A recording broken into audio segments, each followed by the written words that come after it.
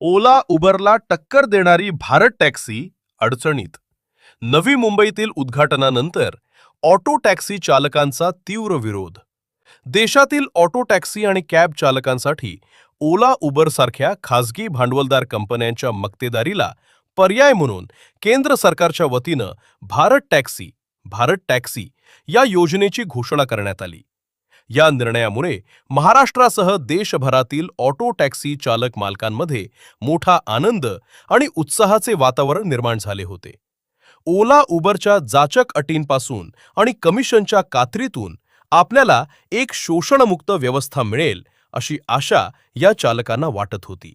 मात्र अवघ्या काही दिवसातच या योजनेच्या काही धोरणांमुळे आणि संबंधित अधिकाऱ्यांच्या भूमिकेमुळे आता हीच भारत टॅक्सी ऑटो टॅक्सी चालकांच्या विरोधाचा सामना करू लागलीय. नेमकं असं काय घडलं ज्यामुळे रिक्षा चालकांना आता भारत टॅक्सी विरोधात भूमिका घ्यावी लागत आहे? जाणून घेऊया सविस्तर. नवी मुंबईतील उद्घाटनावरून वादाची ठिणगी. काही दिवसांपूर्वी नवी मुंबई येथे भारत टॅक्सीचे महाराष्ट्रातील अधिकृत उद्घाटन झाले.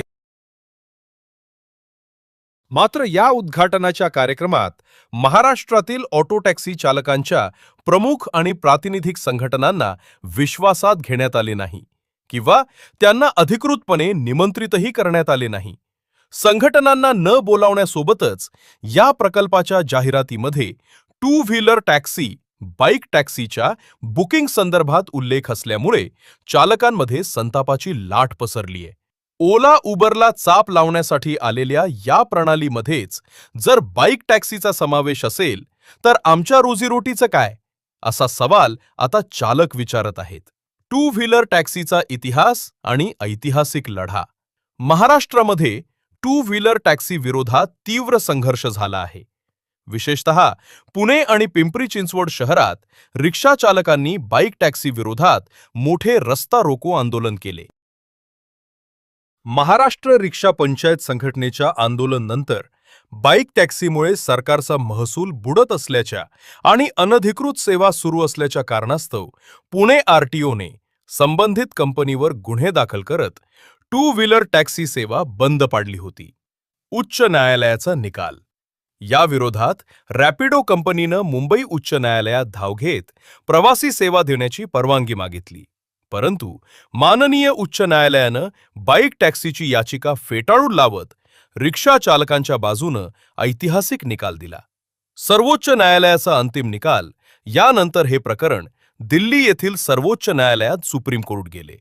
सर्वोच्च न्यायालयानंही रिक्षा टॅक्सी चालकांचीच बाजू कायम राखत टू व्हीलर टॅक्सीवर बंदी कायम ठेवली. पुण्यापासून सुरू झालेली रस्त्यावरील ही कायदेशीर लढाई मुंबई उच्च न्यायालयापासून ते दिल्लीच्या सर्वोच्च न्यायालयापर्यंत जिंकण्यात आली.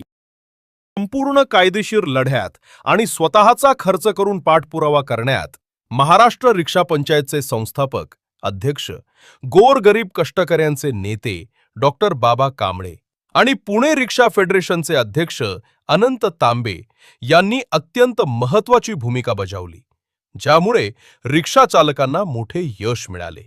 चालकांचा तीव्र आक्षेप आणि संताप. एवढ्या मोठ्या कायदेशीर संघर्षानंतर आणि सर्वोच्च न्यायालयाच्या आदेशानंतरही जेव्हा महाराष्ट्र सरकारने टू व्हीलर टॅक्सीला परवानगी देण्याचे संकेत दिले, तेव्हापासूनच पुणे पिंपरी चिंचवडसह संपूर्ण महाराष्ट्रातील ऑटो टॅक्सी चालकांमध्ये तीव्र असंतोष आहे. यातच केंद्र सरकारच्या महत्त्वाकांक्षी अशा भारत टॅक्सीच्या नवी मुंबईतील उद्घाटनाच्या वेळी रिक्षा संघटनांना विश्वासात न घेता टू व्हीलर टॅक्सी संदर्भात मौन बाळगल्यानं वाद आणखी वाढलाय. महाराष्ट्र रिक्षा पंचायत, ऑटो टॅक्सी चालक मालक संघटना संयुक्त कृती समिती महाराष्ट्र आणि रिक्षा टॅक्सी फेडरेशन यांनी या प्रकारावर तीव्र आक्षेप घेतलाय. ओला उबरच्या भांडवलशाहीला विरोध म्हणून आलेल्या भारत टॅक्सीमध्ये जर बाईक टॅक्सीचा समावेश होत असेल तर चालकांना उद्ध्वस्त करण्याचा हा डाव आहे, अशी भावना व्यक्त केली जात आहे. पुढचा लढा आणि सर्वांचे लक्ष.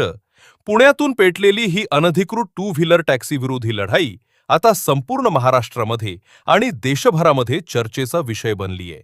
भारत टॅक्सीच्या या भूमिकेमुळे चालक संघटना आता आक्रमक पवित्र्यात असून येत्या काळात टू व्हीलर टॅक्सीबाबत सरकार आणि संबंधित प्रशासन काय पावले उचलणार आणि या संघर्षाला कोणते रूप मिळणार याकडे संपूर्ण देशातील ऑटो टॅक्सी चालकांचे लक्ष लागले.